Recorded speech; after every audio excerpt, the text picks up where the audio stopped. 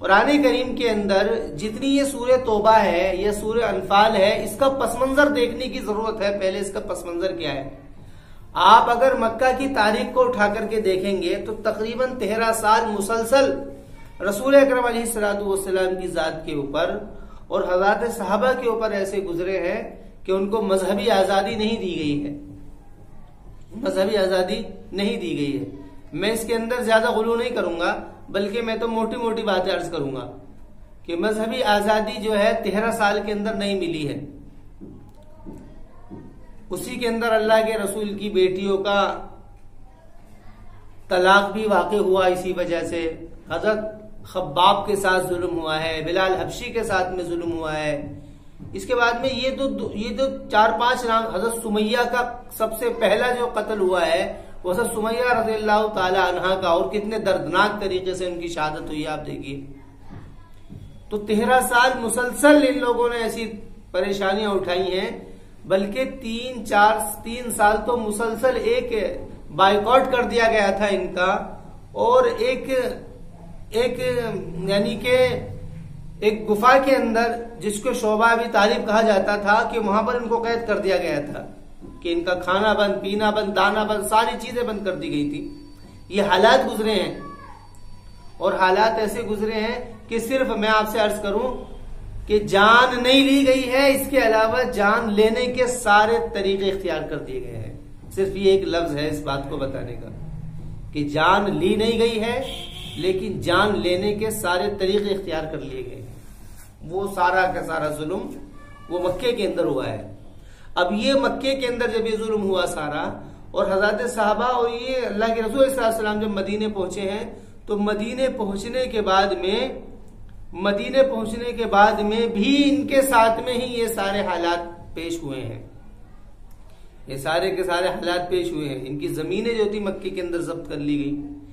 تو آپ بتائیے کہ یہ ظلم نہیں ہے تو یہ کیا ہے؟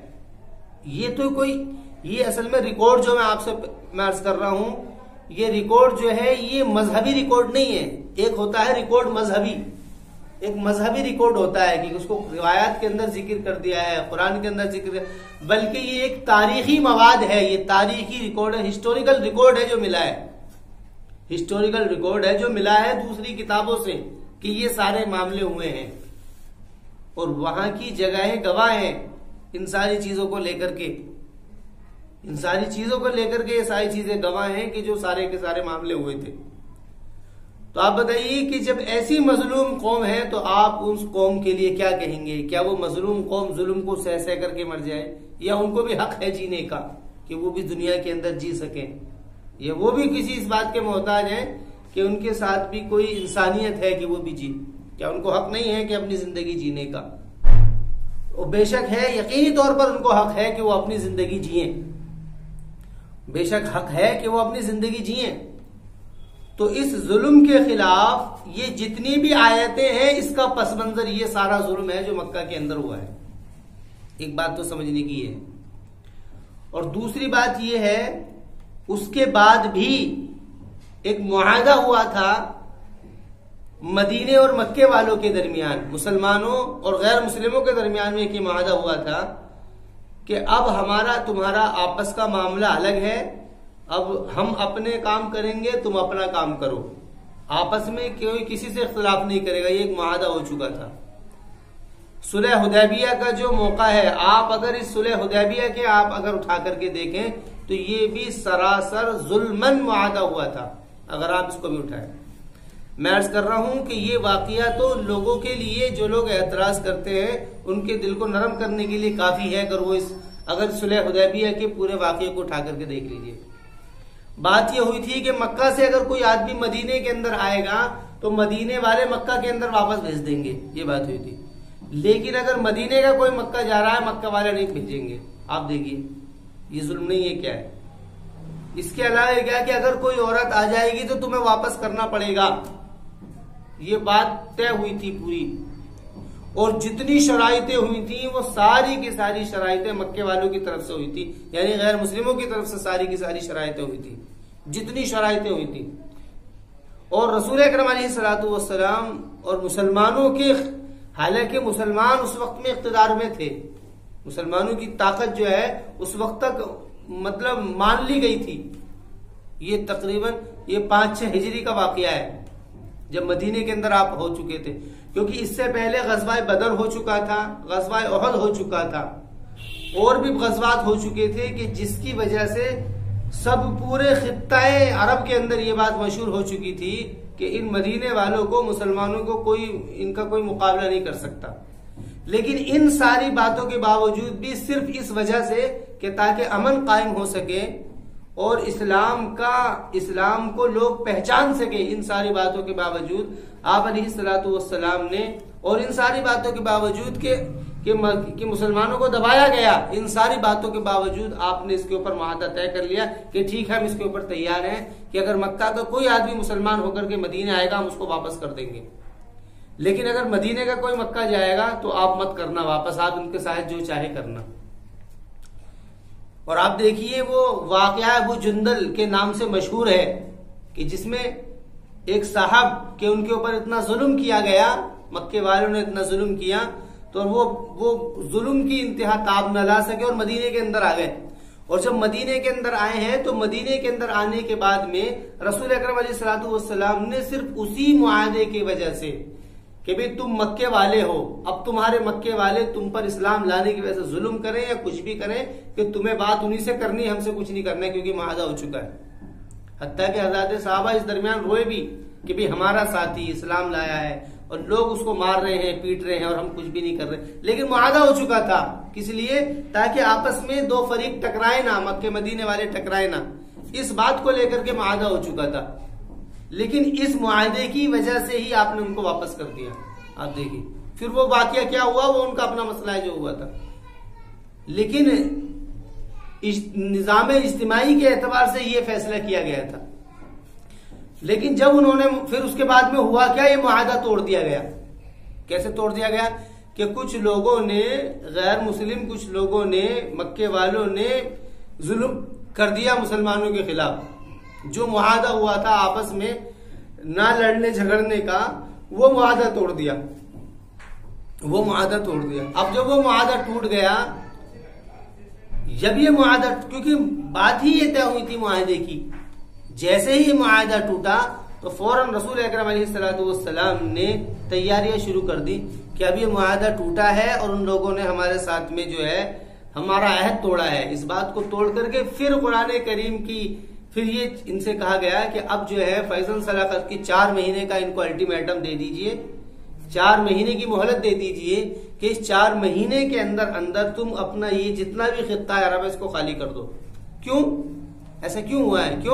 کیونکہ امن قائم رکھنے کے لیے معاہدہ ہوا تھا کہ تاکہ آپس میں چھیڑ چھاڑ نہ ہو، جھگڑا نہ ہو. لیکن پھر بھی کیا تو اب کیا ہے، اور وہ بھی آپ دیکھ لیجئے ساری شرائطیں ان لوگوں کی تھی، اس کے باوجود یہ سارے کام ہوئے ہیں.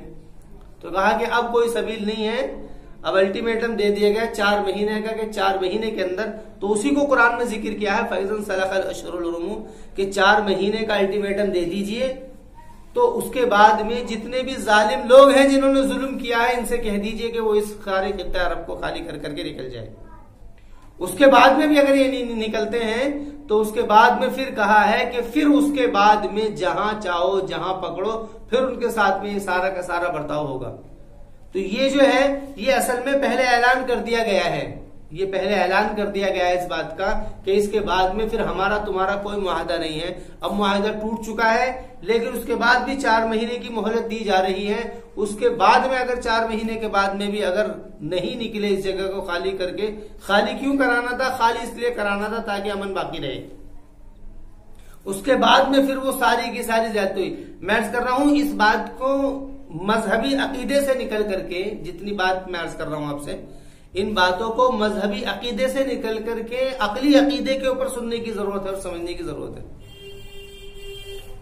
پھر یہ اصل میں یہ جو آیاتیں ہیں اس کا پس منظر یہ ہے جو میں نے آپ کے سامنے عرض کیا. یہ سارا پس منظر ان آیتوں کا ہے جس میں پھر یہ ساری بات کہی ہے کہ جہاں پکڑو وہاں قتل کرو، جہاں پکڑو وہاں ان کا محاصرہ کرو. یہ جتنی بھی باتیں عرض کی گئی ہیں یہ سارا کا سارا اس کا پس منظر یہ سارے واقعات ہیں جو سامنے ہیں. یہ سارا کا سارا پس منظر ہے. تو اس کے اندر دو سبق عرض کرنے کا ہے. ایک، اس سے نہ تو کوئی مسلم اس خیال کو ظاہر کرے کہ بھئی یہ تو جو ہے نا اسلام نے ترغیب دی ہے اس بات کی کہ بھئی اب جو ہے نا اس کی وجہ سے فسادات کیے جائیں، اس کی وجہ سے فسادات کیے جائیں. یہ خیال باطل خیال ہے. یہ تو قرآن کریم نے ان واقعات کو بتانے کے لیے کیا. تو ایک طبقہ تو وہ ہوا جنہوں نے اس خیال کو پکڑ کر کے بہت سارے اقدامات شروع کیے ہیں، بہت سارے اقدامات شروع کیے ہیں، جس کی وجہ سے یہ آیتیں بدنام ہو گئی. اور اس کے علاوہ دوسرے وہ لوگ ہیں کہ جنہوں نے اس کو پس منظر سے ہٹا کر کے صرف یہیں سے اس کو سمجھنا چاہا، اس کو یہیں سے سمجھنا چاہا کہ جس کی وجہ سے ان کی نظروں سے اسلام جو تھا وہ ایک فسادی دھرم اور ایک آتنکوادی دھرم ان کے نظروں میں یہ طے ہو گیا، اور وہ اسلام کی حقانیت سے وہ دور ہو گئے. میں عرض کر رہا ہوں کسی بھی بات کو سمجھنے کے لیے ان باتوں کو پوری طریقے سے جائزہ لینے کی ضرورت ہوتی ہے، پوری طریقے سے. مثلا قرآن ہی کی ایک آیت ہے جس میں اللہ تعالی نے فرمایا یا ایھا الذین آمنوا لا تقربوا الصلاۃ، کہ ایمان والو نماز کے قریب مت ہو. تو آپ دیکھیے کہ نماز تو اسلام کے اندر ایک معیاری سطح رکھتا ہے، نماز معیاری سطح رکھتی ہے. نماز کے بغیر تو اسلام کا کوئی قابل قبول کا مسئلہ ہی نہیں ہے کہ قابل قبول ہو جائے. لیکن پھر بھی اگر آپ اتنی آیت کو کوٹ کریں اور اتنی آیت کا مطالعہ کریں تو ترجمہ یہی نکلے گا لا تقربوا الصلاۃ. اگر آپ آگے پڑھیں گے تو بات سمجھ میں آئے گی. بات کیا ہے؟ لا تقربوا الصلاۃ وانتم سکارا، کہ تم نماز نہ پڑھو، قریب مت جاؤ جبکہ تم نشے کی حالت میں ہو. یعنی نشے کی حالت میں نماز کے اندر قریب کہ نماز سے قربت کو منع کر دیا گیا، کیونکہ وہ ایک عبادت ہے، وہ اللہ تعالیٰ کے سامنے بات کرنی ہے. اور نشے میں آدمی تو اپنی عقل کو کھو دیتا ہے، وہاں کیا بات کرے گا. تو یہ اس وجہ سے کہی گئی ہے بات، یہ بات اس وجہ سے کہی گئی ہے. تو یہ پوری بات جب سامنے آئے گی تو مضمون سارا کا سارا کلیئر ہوگا کہ ہاں یہ بات واضح کرنے مقصد ہے، اس کے اندر یہ بات واضح کرنے مقصد ہے. تو میں عرض کر رہا ہوں کہ قرآن کریم جو ہے یہ ایک مکمل ضابطۂ حیات ہے جو کہ انسان کو مالک سے جوڑنے کے لیے سارے قوانین دیتا ہے، ساری رہنمائیاں دیتا ہے.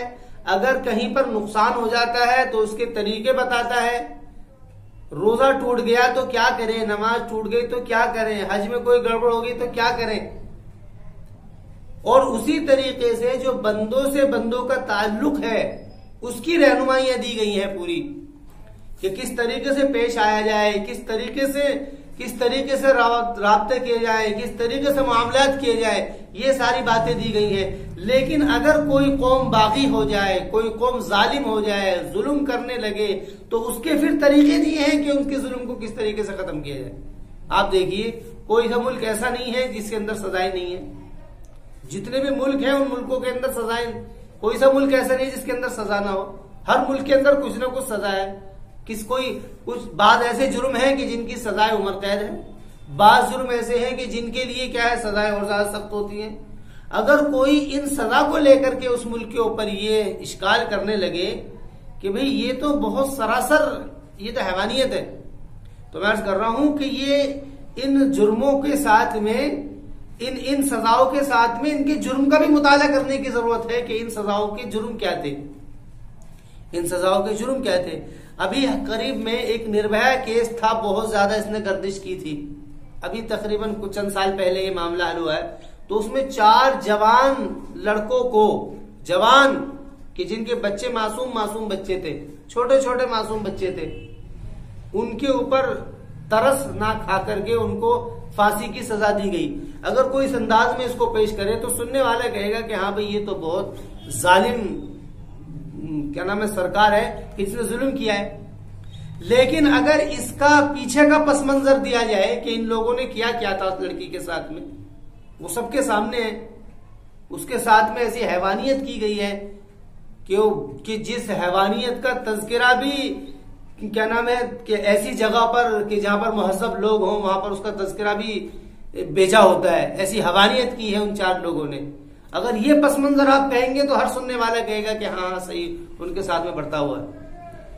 تو اس لیے یہ جتنی بھی آیاتیں ہیں ان ساری آیاتوں کو جو ہے پیش کر کے اس کے پس منظر کو بھول دیا گیا ہے.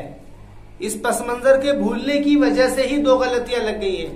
ایک غلطی تو مسلمانوں کو لگ گئی ہے کہ انہوں نے اس کو لے کر کے یعنی ان لوگوں کو لگ گئی ہے کہ جو لوگ ان آیاتوں کو لے کر کے فسادات اقدام کرتے ہیں فساد کا جو کر رہے ہیں. اور ایک غلطی ان لوگوں کو لگی ہے کہ جو کہ اسلام سے متنفر ہیں اور اسلام کو سمجھنا نہیں چاہتے ہیں, انہوں نے ان آیتوں کو لے کر کے اسلام سے تنفر کے اندر اضافہ کر دیا اور اسلام کو بدنام اور اس کے خلاف بہت ساری باتیں. تو ایسے وقت میں گزارش یہ ہے کہ اصل میں ان کو قرآن کریم کی وضاحت کی ضرورت ہے کہ قرآن کریم کی آیت کی وضاحت کی جائے.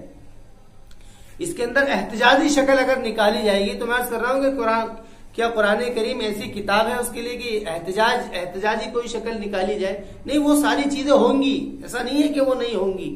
لیکن پہلے نمبر کی چیز تو یہ ہے کہ جو علماء ہیں وہ علماء ان آیات کی صحیح تعبیر امت کے اندر پیش کریں, ان آیات کی صحیح رخ ان لوگوں کے سامنے پیش کریں کہ اس کا رخ کیا ہے, کہ یہ آیت کس پس منظر میں اتری ہے.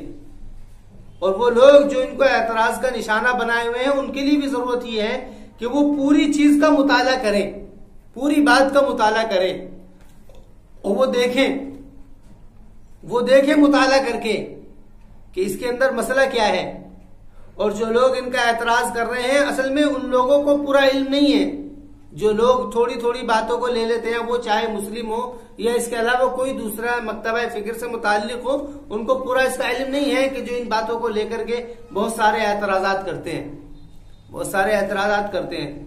تو میرے نظر کے اندر اس بات کو ایسے سمجھنے کی ضرورت ہے کہ اس بات کو اس طریقے سے سمجھا جائے کہ یہاں آ کر کے سمجھا جائے, اس مضمون کا پورا مطالعہ کیا جائے, اس کے پس منظر پیش منظر کو دیکھا جائے, اس کا جو حالات ہیں وہ دیکھے جائیں, کس موقع کے اندر وہ آیتیں ہیں, کیا موقع اس کے اندر رہا ہے, کس وجہ سے وہ اتری ہے, کہ پھر وہ ساری کی ساری باتیں جو ہے اس کے اندر دیکھی جائیں کہ کیا وہ حالات تھے. اس کے بعد میں اگر کوئی اعتراض ہوتا ہے تو پھر ہے سوچنے سمجھنے کی بات کہ ہاں بھئی یہ ہے کہ یہ وہ بات ہے. تو میں بتا رہا ہوں کہ بعض لوگ کہتے ہیں کہ ان کی ضرورت کیا تھی. تو میں عرض کر رہا ہوں کہ قرآن کریم یہ ایک دھارمک کتاب ہے کہ جس نے انسان کے جینے کے تمام تر شعور اور سلیقے کہ وہ اللہ سے کیا اس کا تعلق رہے گا, بندوں سے تعلق رہے گا, تو اس وقت میں کوئی حالات آئیں گے تو اس کو کیسے قابو میں کیا جائے گا, ظلم اور فساد کو کیسے ختم کیا جائے گا, کہ وہ کیسے ہوگا. اب میں بتا دوں قرآن کریم کے اندر یہ ایک آیت ہے جس میں یہ حکم ہے کہ جس نے کسی ایک انسان کو قتل کر دیا فَكَأَنَّمَا قَتَلَ النَّاسَ جَمِيعًا, کہ اس نے ساری انسانیت کو قتل کر دیا.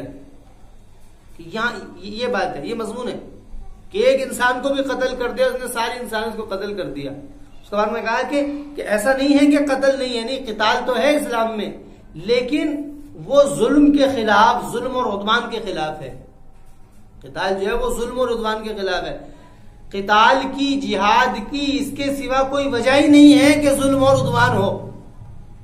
نہ ہی وہ اپنا مکتبہ فکر, اپنا نقطہ نظر ہو سکتی ہے اس کی وجہ, نہ کوئی مذہب اس کا وجہ ہو سکتی ہے, نہ ہی اس کی کوئی وجہ نہیں ہو سکتی ہے سوائے ظلم کو ختم کرنے کے.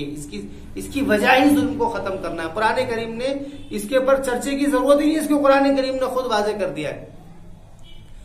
فَكَأَنَّمَا قَتَلَ النَّاسَ جَمِيعًا وَمَنْ أَحْيَاهَا فَكَأَنَّمَا أَحْيَا النَّاسَ جَمِيعًا إِلَّا مَنْ قَتَلَ أَوْ ظَلَمَ. یہ قرآن کی آیت ہے کہ سوائے کہ یا تو کسی نے کسی کو قتل کر دیا ہو تو اس کے عوض میں قصاصاً اس کو قتل کر دیا جائے, یا پھر کسی نے ظلم کیا ہے تو اس کو, جس نے ظلم کیا ہے, ظالم کو ظالم سے بدلہ لینے کے لیے پھر یہ اقدام کیا جا سکتا ہے. بس یہی دو وجہیں ہیں, اس کے علاوہ کوئی تیسری وجہ نہیں ہے. تو اس لیے میری نظر میں اس کو اس طریقے سے سمجھنے کی ضرورت ہے. اللہ ہمیں صحیح سمجھ کی توفیق عطا فرمائے. وآخر دعوانا الحمدللہ رب العالمین. ایک مکمل ضابطۂ حیات ہے جو کہ انسان کو مالک سے جوڑنے کے لیے سارے قوانین دیتا ہے, ساری رہنمائیاں دیتا ہے. اگر کہیں پر نقصان ہو جاتا ہے تو اس کے طریقے بتاتا ہے, روزہ ٹوٹ گیا تو کیا کریں، نماز ٹوٹ گئی تو کیا کریں، حج میں کوئی گڑبڑ ہوگی تو کیا کریں. اور اسی طریقے سے جو بندوں سے بندوں کا تعلق ہے اس کی رہنمائیاں دی گئی ہیں پوری، کہ کس طریقے سے پیش آیا جائے، کس طریقے سے رابطے کیے جائے، کس طریقے سے معاملات کیے جائے، یہ ساری باتیں دی گئی ہیں. لیکن اگر کوئی قوم باغی ہو جائے، کوئی قوم ظالم ہو جائے، ظلم کرنے لگے، تو اس کے پھر طریقے دیے ہیں کہ ان کے ظلم کو کس طریقے سے ختم کیا جائے. آپ دیکھیے کوئی سا ملک ایسا نہیں ہے جس کے اندر سزائیں نہیں ہیں. جتنے بھی ملک ہیں ان ملکوں کے اندر سزائیں، کوئی سا ملک ایسا نہیں جس کے اندر سزا نہ ہو. ہر ملک کے اندر کچھ نہ کچھ سزا ہے. کچھ بعض ایسے جرم ہیں کہ جن کی سزائیں عمر قید ہے، بعض جرم ایسے ہیں کہ جن کے لیے کیا ہے سزائیں اور زیادہ سخت ہوتی ہیں.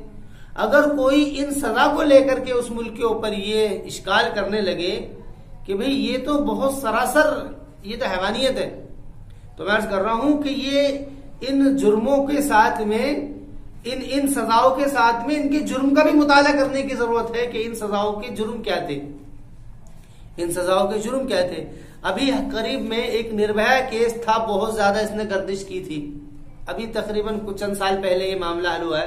تو اس میں 4 جوان لڑکوں کو، جوان کہ جن کے بچے معصوم بچے تھے، چھوٹے چھوٹے معصوم بچے تھے، ان کے اوپر ترس نہ کھا کر کے ان کو پھانسی کی سزا دی گئی. اگر کوئی اس انداز میں اس کو پیش کرے تو سننے والا کہے گا کہ ہاں بھئی یہ تو بہت ظالم کیا نام ہے سرکار ہے کہ اس نے ظلم کیا ہے. لیکن اگر اس کا پیچھے کا پس منظر دیا جائے کہ ان لوگوں نے کیا تھا اس لڑکی کے ساتھ میں، وہ سب کے سامنے ہے. اس کے ساتھ میں ایسی حیوانیت کی گئی ہے کہ جس حیوانیت کا تذکرہ بھی کیا نام ہے کہ ایسی جگہ پر کہ جہاں پر مہذب لوگ ہوں وہاں پر اس کا تذکرہ بھی بھیجا ہوتا ہے. ایسی حیوانیت کی ہے ان 4 لوگوں نے. اگر یہ پس منظر آپ کہیں گے تو ہر سننے والا کہے گا کہ ہاں صحیح ان کے ساتھ میں بڑھتا ہوا ہے. تو اس لیے یہ جتنی بھی آیاتیں ہیں ان ساری آیاتوں کو جو ہے پیش کر کے اس کے پس منظر کو بھول دیا گیا ہے. اس پس منظر کے بھولنے کی وجہ سے ہی 2 غلطیاں لگ گئی ہیں. ایک غلطی تو مسلمانوں کو لگ گئی ہے کہ انہوں نے اس کو لے کر کے، یعنی ان لوگوں کو لگ گئی ہے کہ جو لوگ ان آیاتوں کو لے کر کے فسادات اقدام کرتے ہیں، فساد کا جو کر رہے ہیں. اور ایک غلطی ان لوگوں کو لگی ہے کہ جو کہ اسلام سے متنفر ہیں اور اسلام کو سمجھنا نہیں چاہتے ہیں، انہوں نے ان آیتوں کو لے کر کے اسلام سے تنفر کے اندر اضافہ کر دیا اور اسلام کو بدنام اور اس کے خلاف بہت ساری باتیں. تو ایسے وقت میں گزارش یہ ہے کہ اصل میں ان کو قرآن کریم کی وضاحت کی ضرورت ہے کہ قرآن کریم کی آیت کی وضاحت کی جائے.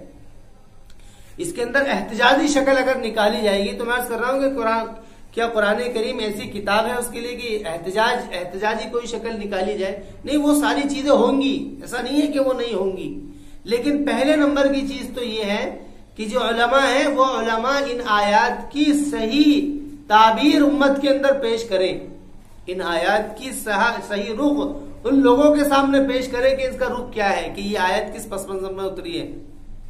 اور وہ لوگ جو ان کو اعتراض کا نشانہ بنائے ہوئے ہیں ان کے لیے بھی ضرورت یہ ہے کہ وہ پوری چیز کا مطالعہ کریں، پوری بات کا مطالعہ کریں اور وہ دیکھیں مطالعہ کر کے کہ اس کے اندر مسئلہ کیا ہے. اور جو لوگ ان کا اعتراض کر رہے ہیں اصل میں ان لوگوں کو پورا علم نہیں ہے. جو لوگ تھوڑی تھوڑی باتوں کو لے لیتے ہیں، وہ چاہے مسلم ہو یا اس کے علاوہ کوئی دوسرا مکتبہ فکر سے متعلق ہو، ان کو پورا اس کا علم نہیں ہے کہ جو ان باتوں کو لے کر کے بہت سارے اعتراضات کرتے ہیں. تو میرے نظر کے اندر اس بات کو ایسے سمجھنے کی ضرورت ہے کہ اس بات کو اس طریقے سے سمجھا جائے کہ یہاں آ کر کے سمجھا جائے، اس مضمون کا پورا مطالعہ کیا جائے، اس کے پس منظر پیش منظر کو دیکھا جائے، اس کا جو حالات ہیں وہ دیکھے جائیں، کس موقع کے اندر وہ آیتیں ہیں، کیا موقع اس کے اندر رہا ہے، کس وجہ سے وہ اتری ہے، کہ پھر وہ ساری کی ساری باتیں جو ہے اس کے اندر دیکھی جائیں کہ کیا وہ حالات تھے. اس کے بعد میں اگر کوئی اعتراض ہوتا ہے تو پھر ہے سوچنے سمجھنے کی بات کہ ہاں بھئی یہ ہے کہ یہ وہ بات ہے. تو میں بتا رہا ہوں کہ بعض لوگ کہتے ہیں کہ ان کی ضرورت کیا تھی. تو میں عرض کر رہا ہوں کہ قرآن کریم یہ ایک دھارمک کتاب ہے کہ جس نے انسان کے جینے کے تمام تر شعور اور سلیقے کہ وہ اللہ سے کیا اس کا تعلق رہے گا، بندوں سے تعلق رہے گا، تو اس وقت میں کوئی حالات آئیں گے تو اس کو کیسے قابو میں کیا جائے گا، ظلم اور فساد کو کیسے ختم کیا جائے گا، کہ وہ کیسے ہوگا۔ اب میں بتا دوں قرآن کریم کے اندر یہ ایک آیت ہے جس میں یہ حکم ہے کہ جس نے کسی ایک انسان کو قتل کر دیا فَكَأَنَّمَا قَتَلَ النَّاسَ جَمِيعًا، کہ اس نے ساری انسانیت کو قتل کر دیا۔ یہاں یہ بات ہے، یہ مضمون ہے کہ ایک انسان کو بھی قتل کر دیا، اس نے ساری انسانیت کو قتل کر دیا۔ اس کے بعد میں کہا کہ ایسا نہیں ہے کہ قتل نہیں ہے، نہیں، قتال تو ہے اسلام میں، لیکن وہ ظلم کے خلاف، ظلم اور عدوان کے خلاف ہے۔ قتال جو ہے وہ ظلم اور عدوان کے خلاف ہے۔ قتال کی، جہاد کی، اس کے سوا کوئی وجہ ہی نہیں ہے کہ ظلم اور عدوان ہو، نہ ہی وہ اپنا مکتبہ فکر، اپنا نقطہ نظر ہو سکتی ہے اس کی وجہ، نہ کوئی مذہب اس کا وجہ ہو سکتی ہے، نہ ہی اس کی کوئی وجہ نہیں ہو سکتی ہے سوائے ظلم کو ختم کرنے کے۔ اس کی وجہ ہی ظلم کو ختم کرنا ہے۔ قرآن کریم نے اس کے اوپر چرچے کی ضرورت ہی نہیں، اس کو قرآن کریم نے خود واضح کر دیا ہے۔ فَكَأَنَّمَا قَتَلَ النَّاسَ جَمِيعًا وَمَنْ أَحْيَاهَا فَكَأَنَّمَا أَحْيَا النَّاسَ جَمِيعًا إِلَّا مَنْ قَتَلَ أَوْ ظَلَمَ۔ یہ قرآن کی آیت ہے کہ سوائے کہ یا تو کسی نے کسی کو قتل کر دیا ہو تو اس کے عوض میں قصاصاً اس کو قتل کر دیا جائے، یا پھر کسی نے ظلم کیا ہے تو اس کو، جس نے ظلم کیا ہے، ظالم کو ظالم سے بدلہ لینے کے لیے پھر یہ اقدام کیا جا سکتا ہے۔ بس یہی دو وجہیں ہیں، اس کے علاوہ کوئی تیسری وجہ نہیں ہے۔ تو اس لیے میری نظر میں اس کو اس طریقے سے سمجھنے کی ضرورت ہے۔